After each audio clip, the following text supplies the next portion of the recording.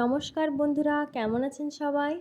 দই কাতলা তো অনেকে অনেকভাবে তৈরি করে খেয়েছেন, কিন্তু একবার আমার মতন এইভাবে তৈরি করে দেখুন, খুব খুব ভালো লাগবে। তো আমি দই কাতলাকে একদম ঘরোয়াভাবে ঘরোয়া মশলাপাতিতে করেছি। একদম অল্প সময়ের মধ্যে এই দই কাতলা তৈরি হয়ে যাবে। খুব বেশি ঝামেলার নয় এই দই কাতলা তৈরি করা। শুধুমাত্র টক দই থাকলে এবং বাড়িতে থাকা ওই আদা রসুন পেঁয়াজ এগুলো থাকলেই হয়ে যাবে দই কাতলা। দই কাতলা করার জন্য প্রথমেই আমাকে বেছে নিতে হবে ভালো কাতলা মাছ। ভালো কাতলা মাছ বলতে যাতে কাতলা মাছ একটু বড় হয় আর পেটি থাকে বেশি, সেরকম কাতলা হলে খুবই ভালো। এরকমভাবে আমি দই কাতলাটা করেছি যাতে অনুষ্ঠান বাড়িতে যেভাবে দই কাতলা করা হয় সেইভাবেই দই কাতলাটা তৈরি করার চেষ্টা করেছি। এখানে বেশ কয়েকটা আমি কাতলা মাছের পিস নিয়েছি। লবণ আগে থেকেই মাখানো আছে। এখন আমি হলুদ দিলাম। হলুদের সঙ্গে আরও একটা জিনিস দিলাম, সেটা হচ্ছে সর্ষের তেল। হলুদ এবং সর্ষের তেল একসঙ্গে দিয়ে মাছগুলোকে ভালোভাবে মাখিয়ে নেব। হলুদটা চেষ্টা করবেন একটু কম দিতে। তো আমি এখানে হলুদটা অল্প পরিমাণ দিয়েছি, দিয়ে মাছগুলোকে ভালোভাবে এপিট ওপিট করে তেল এবং হলুদ মাখিয়ে নিচ্ছি। ওই যে বললাম আগে থেকে লবণটা মাখানো আছে, তাই আর এই সময় আর লবণ মাখালাম না। চাইলে এখানে আপনারা শুধুমাত্র পেটি দিয়েও করতে পারেন। শুধুমাত্র পেটি দিয়ে করলে টেস্ট আরও বেশি ভালো আসে। তো যাই হোক, আমার কাছে সব পেটি ছিল না, তো মিশানো পিস ছিল, সেগুলো দিয়েই করছি। দই কাতলাতে দেওয়ার জন্য 1 বাটি টক দই নিয়েছি। টক দইটাকে ফেটিয়ে রেখেছি। এখানে নিয়েছি আদা বাটা, আর নিয়েছি রসুন বাটা এবং একটা পেঁয়াজও বেটে নিয়েছি, আর একটা পেঁয়াজ কুচিও করে নিয়েছি। ব্যাস এই মশলা দিয়েই তৈরি হবে দারুণ সুস্বাদু স্বাদের দই কাতলা। তো দেখতে থাকুন বন্ধুরা। কড়াই চাপিয়ে দিয়েছি, কড়াইটাকে গরম করে নেব প্রথমে ভালোভাবে, দিয়ে সর্ষের তেল দিয়ে দেব। সর্ষের তেলটা বেশ অনেকটা পরিমাণে দিয়েছি, একেবারে রান্নার মতন করেই দিয়েছি, যাতে এই তেলে মাছ ভাজা এবং রান্না দুটোই হয়ে যাবে। তেলটাকে ভালো করে গরম করে নেওয়ার পর এক এক করে মাছ ছেড়ে দিচ্ছি। দই কাতলার মাছ কিন্তু একদম কড়া কড়া করে ভাজলে হবে না, একদম হালকা করে ভাজতে হবে। এপিট ওপিট একটু হালকাভাবে ভেজে তুলে নিতে হবে। এদিকটা কিন্তু বন্ধুরা লক্ষ্য রাখতে হবে যাতে কড়া করে না ভাজা হয়। দই কাতলার মাছ একটু কম ভেজে তৈরি করলে বেশি ভালো লাগে। এই এক পাশ হয়ে গেছে, আরেকটা পাশ উল্টে দিচ্ছি। সবগুলো মাছই এইভাবে হালকা করে প্রথমটা এক পাশ ভেজে নেওয়ার পর আরেক পাশও উল্টে হালকাভাবে ভেজে নিতে হবে।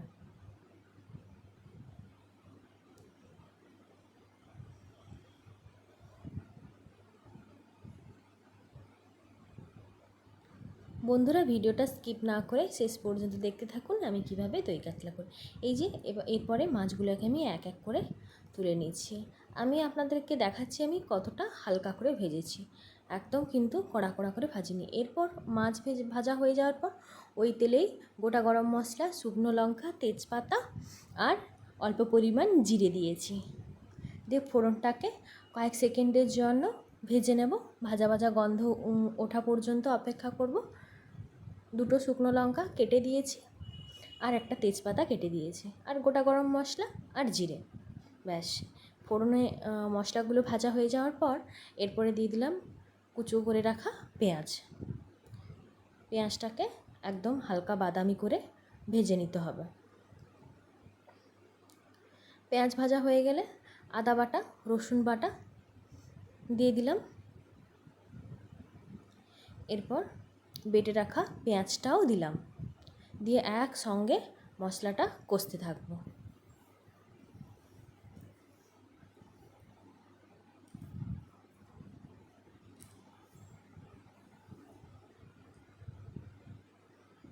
ভালোভাবে মশলাটাকে কষিয়ে নিতে হবে।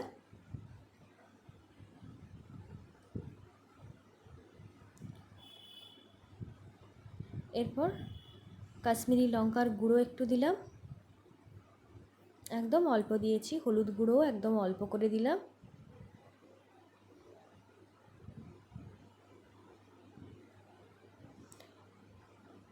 এরপর অল্প পরিমাণ জল দিলাম। জল দেওয়ার পর মশলাটাকে ভালোভাবে কষিয়ে নিতে হবে, তেল ছাড়া পর্যন্ত অপেক্ষা করব।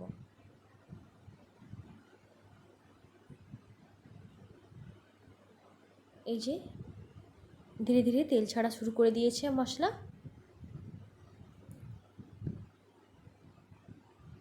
মশলা তেল ছেড়ে দেওয়ার পর ফেটিয়ে রাখা টক দইটা দিয়ে দিলাম। টক দই দেওয়ার পর ক্রমাগত কিন্তু বন্ধুরা নাড়তে থাকতে হবে, না হলে কিন্তু টক দই কেটে যেতে পারে। তাই টক দই দেওয়ার পর মশলার সঙ্গে নেড়ে চেড়ে মিশিয়ে দিতে হবে।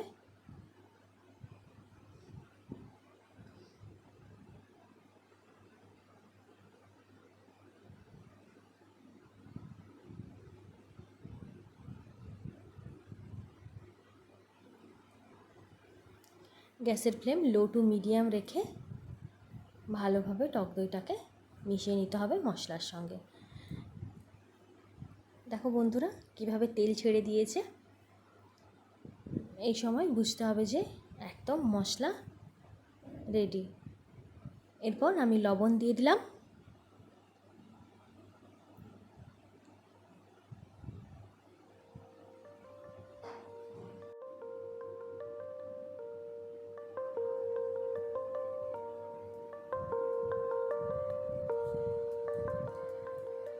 এরপর জল দিয়ে দিলাম।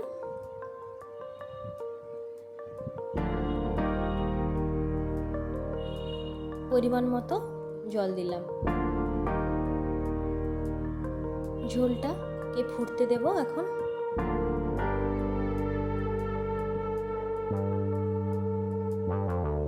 উপর থেকে বেশ কয়েকটা কাঁচা লঙ্কাও দিয়ে দিলাম। ঝোল ফুটে আসলে এক এক করে মাছ দিয়ে দিচ্ছি।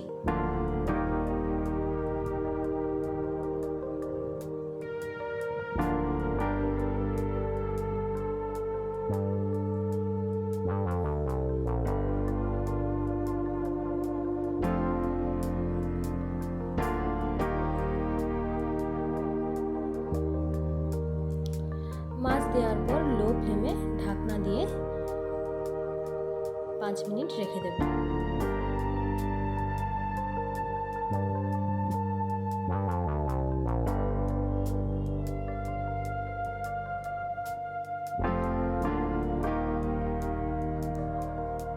চলে এলাম 5 মিনিট পর। ঢাকনা খুলে আরও একটু নেড়ে চেড়ে 2 মিনিটের জন্য ঢাকনা দিয়ে দেবো আবার।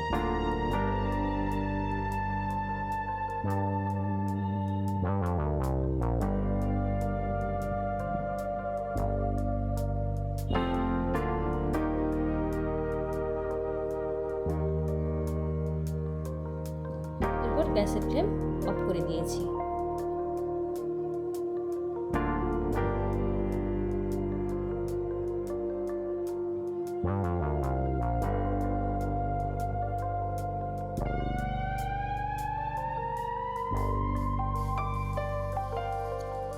তৈরি হয়ে গেল দারুণ স্বাদের দই কাতলা।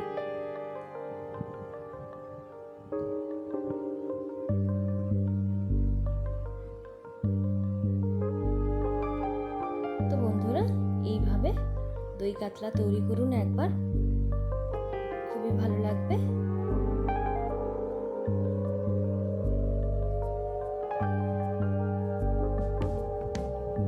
গরম গরম ভাতের সঙ্গে এবার পরিবেশন করব দই কাতলা।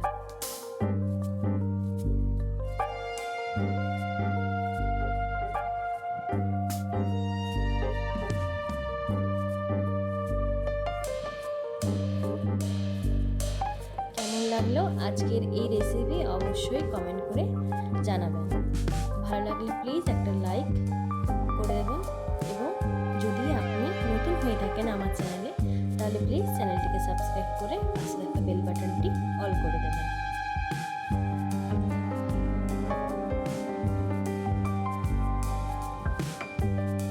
তাহলে বন্ধুরা এখনকার মতো চলি, দেখা হচ্ছে পরবর্তী কোনো রেসিপিতে। সবাই ভালো থাকবেন, সুস্থ থাকবেন।